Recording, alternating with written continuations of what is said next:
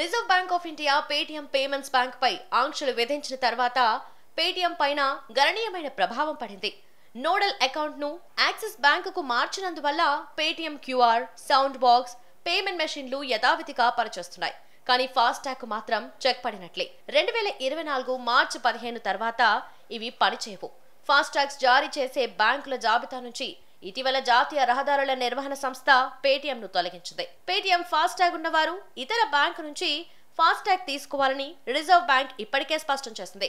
అయితే ఇప్పుడు Paytm FASTag deactivate ఎలా చేసుకోవాలి, కొత్త ఫాస్టాగ్ ఎలా తీసుకోవాలి? ఫాస్టాగ్ డియాక్టివేషన్ కోసం 3 మార్గాలున్నాయి.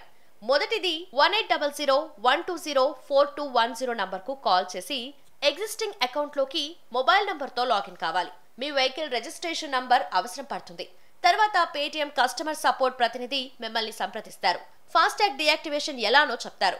రెండోది ఆన్లైన్ మోడ్ లో, అంటే స్మార్ట్ ఫోన్ లో పేటీఎం యాప్ ఓపెన్ చేశాక ప్రొఫైల్ ఐకాన్ పై క్లిక్ చేయాలి. హెల్ప్ అండ్ సపోర్ట్ సెక్షన్ పై క్లిక్ చేయాలి. ఆ తర్వాత banking services and payments option పై క్లిక్ చేయాలి. దీంట్లో ఫాస్టాగ్స్ సెక్షన్ కనిపిస్తుంది.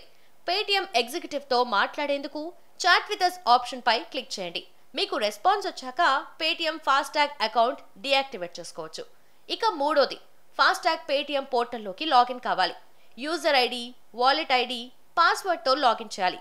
తర్వాత FASTag number, registered mobile number, ఇతర డీటెయిల్స్ ఎంటర్ చేసి ధృవీకరణ పూర్తి చేసుకోవాలి.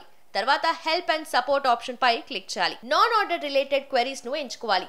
Queries related to updating FASTag profile పై క్లిక్ చేయండి. తర్వాత I want to close my FASTag అనే ఆప్షన్ ను ఎంచుకొని తదుపరి స్టెప్స్ ఫాలో అవ్వాలి. పాత ఫాస్టాగ్ ఉంటే దానిని డియాక్టివేట్ చేశాకే కొత్తది తీసుకోవటం వీలవుతుంది.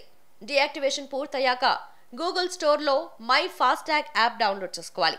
ఇక ఈ కామర్స్ లింక్ ఉంటుంది. దానిపై క్లిక్ చేస్తే న్యూ ఫాస్టాగ్ కొనుగోలు ఆప్షన్ కనిపిస్తుంది. యాప్ లో యాక్టివేట్ ఫాస్టాగ్ ఆప్షన్ పై క్లిక్ చేయాలి. ఫ్లిప్కార్ట్ లేదా అమెజాన్ ఎంచుకోవాలి. తర్వాత ఫాస్టాగ్ ఐడి, వెహికల్ వివరాలు ఇవ్వాలి. కొత్త ఫాస్టాగ్ తీసుకునేందుకు అధికృత బ్యాంక్ ను సంప్రదించినా కూడా సులువు అవుతుంది.